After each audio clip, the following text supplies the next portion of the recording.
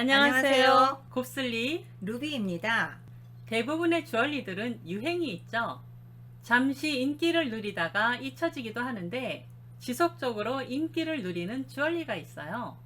매력적인 카메오 이야기를 나눠볼까요? 카메오는 배경보다 약간 솟아오르게 조각하는 부조 형태를 말하죠.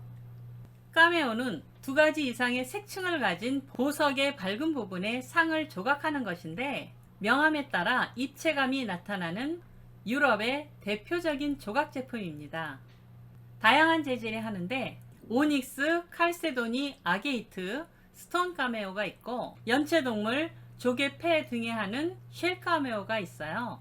스톤 카메오는 주로 칼세도니의 파란색이나 녹색 바탕 위에 흰색 부분을 초음파로 정교하게 조각을 하는데, 두께에 따라 바탕색과 흰색의 농도가 달라지면서 마치 살아있는 듯한 입체감이 살아납니다. 주로 독일의 귀보석 중심지로 유명한 오버슈타인에서 조각됩니다.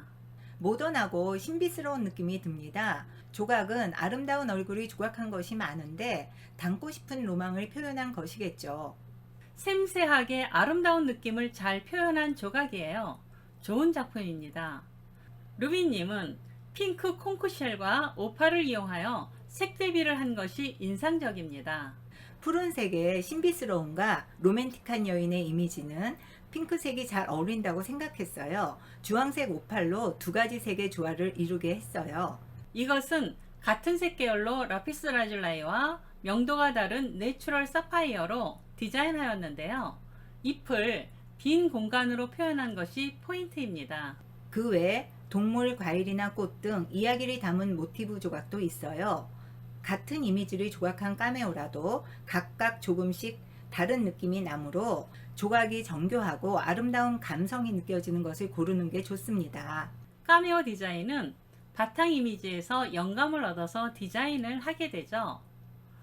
붉은색 바탕 사드 오닉스 역시 카메오에 많이 쓰이는 소재인데, 다양한 칼라 보석을 사용해서 패셔너블한 디자인을 했어요. 산호에 핸드메이드 조각을 한 이태리 장인의 작품이네요. 조각 두께에 따라서 농도가 달라지니까 장미꽃이 살아있는 것 같아요. 중량이 좀 커서 착용감을 고려해서 최대한 심플하게 디자인을 했어요. 카메오의 진수 너무 재밌어. 카메오의 진수는 쉘 카메오인 것 같아요. 고급스러운 느낌이 많이 들죠? 네, 조개 천연의 울퉁불퉁한 면을 그대로 살려서 조각을 하는데요. 조각할 때 창의적인 아이디어가 많이 필요합니다. 이탈리아 비첸자 주얼리 전시에 가면 종종 중후한 연세의 장인들이 직접 카메오 조각을 시연하는 것을 볼 수 있어요. 토레 델 그레코는 이탈리아 남서부에 위치한 도시로 항구의 아름다운 모습으로도 유명하지만, 도제라는 특별한 훈련 방식으로 전통 기술이 전수되는 유명한 카메오 생산지입니다. 이곳은 로마 시대부터 지중해의 산호산지였는데 15세기 붉은 산호의 무역 거점이다 보니 산호 조각 학교가 생기게 되었고 카메오 중심 도시로 유명해졌어요. 쉘 카메오는 백색 갈색, 백색 오렌지색의 두 개 층을 가지는 조개패 헬무 쉘에 조각을 하는데요. 쉘은 돌보다는 가볍고 연해서 조각이 쉽고 표현이 더욱 자연스러울 수 있어요. 주로 간직하고 싶고 곁에 두고 싶은 이미지를 조각하는데요. 두께가 적당히 두꺼우면 입체적인 표현이 자유롭죠. 쉘 바탕색이 진하고 흰색 층의 광택이 아름다운 것, 입체적인 조각이 정교하고 조화롭게 표현된 것이 가치가 높습니다. 가치가 높은 카메오 쉘은 아래쪽이나 뒷면에 장인의 이름을 새긴 걸 볼 수 있어요. 쉘 카메오는 뒤쪽에서 전등을 비추면 투명하게 빛이 투과되는데요. 여신의 머리카락 한 올 한 올 조각하고 손가락의 섬세함을 잘 살려서 장인의 경륜과 혼이 깃들어 있고, 부드러운 웨이브와 우아한 손길, 아름다운 예술품이에요. 쉘의 두꺼운 부분은 탐스러운 포도송이가 정교하게 조각되어 있습니다.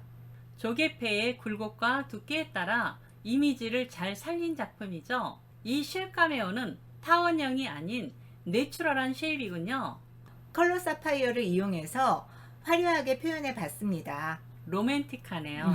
카메오 자체가 워낙 로맨틱한 스토리를 많이 갖고 있잖아요. 되게 전시회에서 보았는데 신화나 역사적인 이야기를 담은 큰 작품도 있어요. 큰 조개가 드물기 때문에 6cm가 넘으면 대작에 속하고 매우 희소합니다. 카메오로 제작할 수 있는 돌이나 쉘이 매우 희소하고 하나하나 손으로 조각한 것으로 세상에 하나밖에 없는 장인의 예술품이죠. 예술성이 훌륭한 작품은 보석처럼 오래 두어도 가치가 높아집니다. 카메오의 예술성이 높을수록 디자인은 카메오를 고정하는 정도로 심플하게 하는 경우가 많아요. 카메오는 기원전 수메르 시대부터 사용했다고 하는데요. 형태상으로 최초의 카메오로 인정할 수 있는 것은 초상이 인장으로 사용되었던 때죠. 그 후 로마인들은 역사적인 사건이나 인물을 기념하는 영웅, 통치자들의 초상화를 새기기도 하면서 디자인이 다양화되었고 도장으로 이용하기도 했다고 해요. 중세시대에는 인기가 좀 시들더니 르네상스 시대의 섬세하고 정교한 패션의 카메오가 인기를 누렸죠. 르네상스 시대의 교황 바오로 2세는 카메오 주얼리를 너무 사랑한 분으로 유명합니다. 19세기 빅토리아 여왕도 쉘 카메오를 좋아했다고 합니다. 당시 인기가 높아지니까 대량 생산을 하면서 퀄리티가 떨어졌고 인기도 없어졌어요. 제 친구가 영국에서 앤틱이라며 사온 쉘 카메오예요. 앤틱하게 하기 위해서 작은 진주로 디자인했는데요. 조각이 매우 단순하죠. 이 작품도 작은 진주로 디자인했네요. 네, 이거는 되게 섬세한데요. 네, 앤틱함을 살리려고 진주와 접목시켰습니다. 나폴레옹 황제도 카메오 러버 컬렉터로 유명합니다. 젊은 카메오 조각가를 육성하는 학교도 설립하고 자신의 초상을 조각한 카메오를 공신들에게 선물로 나누어 주었으며 왕비 조세핀도 즐겨 착용했던 카메오 주얼리가 86점이나 된다고 합니다. 많군요. 정말 많죠? 잠깐만. 스웨덴 왕실에는 나폴레옹이 조세핀에게 선물한 카메오 티아라를 소장하고 있대요. 나폴레옹이 세인트 헬레나 섬으로 유배될 때 지니고 있었던 카메오는 앞면은 월계수를 쓴 나폴레옹의 얼굴이 다이아몬드로 세팅되어 있고 뒷면에는 금으로 제작된 독수리가 세팅되어 있었다고 하죠. 나폴레옹의 권력과 영화를 상징하는 이 카메오는 현재 일본의 컬렉터가 소장하고 있다고 해요. 특히 일본 분들이 카메오를 좋아해서 카메오 시장이 아주 큽니다. 일본 주얼리 전시회에서는 이태리 카메오 업체들을 많이 초청하더라고요.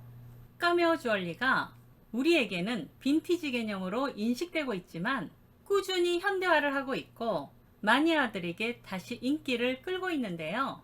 돌체앤가바나 2019년 주얼리 컬렉션에 카메오 주얼리가 등장했고요. 케이트 블란쳇은 2019년 베니스 영화제의 큼직한 카메오 귀걸이로 그녀의 개성 있는 패션을 대중에게 선보였죠. 카메오 재질과 종류에 따라 관리법은 다소 달라질 수 있지만 조각이 손상되지 않도록 주의하고요. 특히 흰색 조각 부분이 때가 타지 않게 하고 오랜 시간 빛에 노출되면 변색 가능성이 있으며 쉘과 아게이트는 모두 산이나 약품에 녹을 수 있으니 조심해야 합니다. 카메오 이미지는 자신을 표현하는 제2의 이미지입니다. 어떤 분은 카메오의 인물을 닮은 아기를 원할 때 늘 착용한다고도 하고 자신이 닮고 싶은 이상형으로 간직한다고 하죠. 왠지 꿈이 이루어질 것 같죠? 스토리가 있는 아주 멋진 보석이죠. 애착 카메오를 만나보세요. 시청하여 주셔서 감사합니다. 다음에 또 또 만나요. 만나요.